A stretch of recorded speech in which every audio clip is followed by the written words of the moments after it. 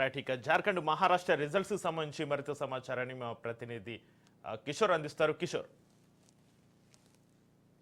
Counting ప్రారంభం కానుంది. November 20వ తేదీన ఒకే దశలో పూర్తిగా మహారాష్ట్రకు సంబంధించిన 288 స్థానాలకు గాను ఎన్నికలు పూర్తయ్యాయని చెప్పవచ్చు. అయితే 2024 అసెంబ్లీ ఎన్నికలకు సంబంధించి చూసినట్లయితే 65% పోలింగ్ శాతం నమోదైనట్టు కూడా అటు ఎలక్షన్ కమిషన్ చెప్తుంది. 2019లో చూసినట్లయితే 61% మాత్రమే పోలింగ్ శాతం నమోదు కాగా ఈసారి మాత్రం 65% నమోదైంది. కొంత గతంలో కంటే ఈసారి పోలింగ్ శాతం పెరిగినట్లు అటు ఎలక్షన్ కమిషన్ చెబుతూ వస్తుంది. అయితే ప్రధానంగా చూసుకున్నట్లయితే గత కొంతకాలంగా దేశంలో జరుగుతున్న పరిస్థితుల దృష్ట్యా ఈసారి జార్ఖండ్ మహారాష్ట్ర ఉప ఎన్నికల శాసనసభ ఎన్నికలు అనేది కొంత ఆసక్తి రేపుతున్నదని చెప్పవచ్చు. ఈసారి ఎన్నికల్లో గెలిచిన అభ్యర్థి మరికొన్ని రోజుల్లో రానున్న మరికొన్ని రాష్ట్రాల ఎన్నికల్లో కూడా ప్రభావితం చూపే అవకాశాలు మాత్రం కనిపిస్తున్నాయి. అయితే పూర్తిగా మహారాష్ట్రకు సంబంధించి చూసినట్లయితే 288 స్థానాలకు గాను 4136 మంది అభ్యర్థులు బరిలో ఉన్నట్లు కూడా తెలుస్తుంది. అయితే రెండు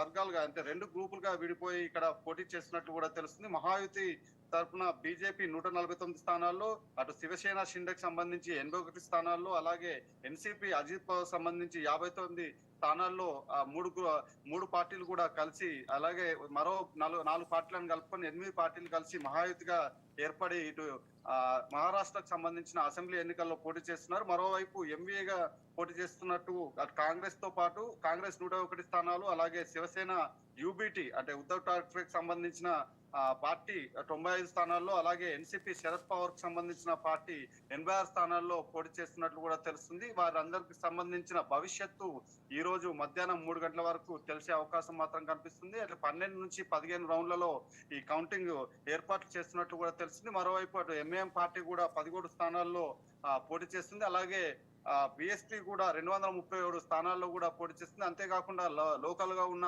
పార్టీలు కూడా చాలా వరకు కూడా పోటీ చేస్తున్నాయి. అయితే ప్రధానంగా చూసుకున్నట్లయితే ఇటు మహారాష్ట్ర తెలంగాణ సరిహద్దులోని కొంత నాందేడ్ కు సంబంధించిన పార్లమెంటు స్థానానికి సంబంధించి కూడా ఉప ఎన్నిక జరిగినట్లు కూడా తెలుస్తుంది. అయితే ముఖ్యంగా తెలంగాణకు సంబంధించిన ప్రభావం కూడా ఈ మహారాష్ట్ర అసెంబ్లీ ఎన్నికల్లో పడే అవకాశం మాత్రం కనిపిస్తుంది. ఇటు చుట్టుపక్కల ఉన్న సుమారు 22 అసెంబ్లీకి సంబంధించిన స్థానాల్లో కూడా తెలంగాణకు సంబంధించిన ప్రజలు ఎక్కువ మొత్తంలో ఉంటారు. అలాగే ఇక్కడ పథకాలకు సంబంధించి, అలాగే ఇక్కడ ప్రజలు రాకపోకలు కూడా ఎక్కువ మొత్తంలో ఇటు మహారాష్ట్ర చుట్టుపక్కల నాందేడ్ పరిసర ప్రాంతాల నియోజకవర్గాలకు వెళ్తూ వస్తుంటారు. అలాంటి పరిస్థితుల్లో ఇప్పటికే అటు తెలంగాణకు సంబంధించిన కాంగ్రెస్ పార్టీకి సంబంధించిన లీడర్స్ అటు ప్రచారంలో రేవంత్ రెడ్డితో పాటు ఇటు బీజేపీకి సంబంధించిన అరవింద్ కావచ్చు, అలాగే మిగతా పార్టీలకు సంబంధించిన నేతలు అందరూ కూడా ఇటు నాందేడ్ నియోజకవర్గంతో పాటు మిగతా 25 నియోజకవర్గాల్లో కూడా అటు ప్రచారం నిర్వహించిన పరిస్థితి మాత్రం కనిపిస్తుంది. అయితే మొత్తానికి ఈ తెలంగాణకు సంబంధించిన పథకాలు కావచ్చు, అలాగే తెలంగాణలో అవలంబిస్తున్న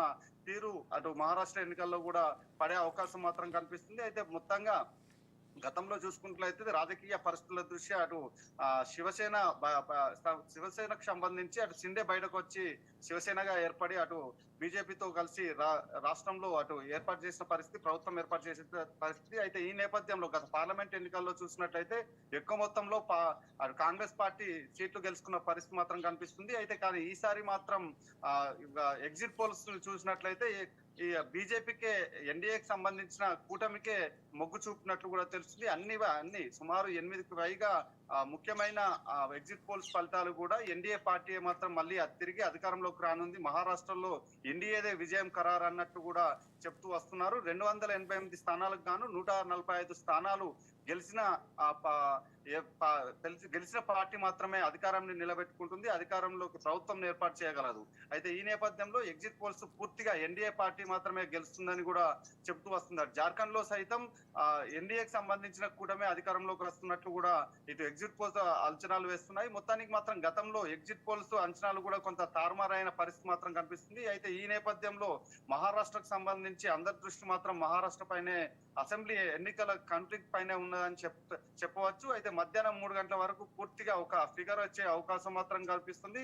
288 స్థానాలకు గాను 145 స్థానాలు గెలిచిన పార్టీ మాత్రమే అధికారాన్ని అటు ప్రభుత్వాన్ని ఏర్పాటు చేసే అవకాశం ఉంది. అటు బీజేపీ, అలాగే శివసేన షిండే, అలాగే అజిత్ పవార్, ఎన్సీపీ ఈ 3 పార్టీలు కలిసి అధికారంలోకి వచ్చే అవకాశం ఉన్నట్టు ఎగ్జిట్ పోల్ చెబుతుండడంతో అంతగా అటు దేశవ్యాప్తంగా కూడా మహారాష్ట్రకు సంబంధించి వాణిజ్య రాజధాని ముంబై ముంబైలో పూర్తి స్థాయిలో రాష్ట్రాలకు సంబంధించిన అందరూ కూడా ఉంటారు. ఈ నేపథ్యంలో ముంబైలో ఉన్న ఫలితాలు మిగతా అన్ని రాష్ట్రాలపైన ప్రభావం పడే అవకాశం ఉన్న నేపథ్యంలో అందరూ కూడా మహారాష్ట్ర ఎన్నికల ఫలితాలకు సంబంధించి ఆసక్తిగా ఎదురు చూస్తున్నారు.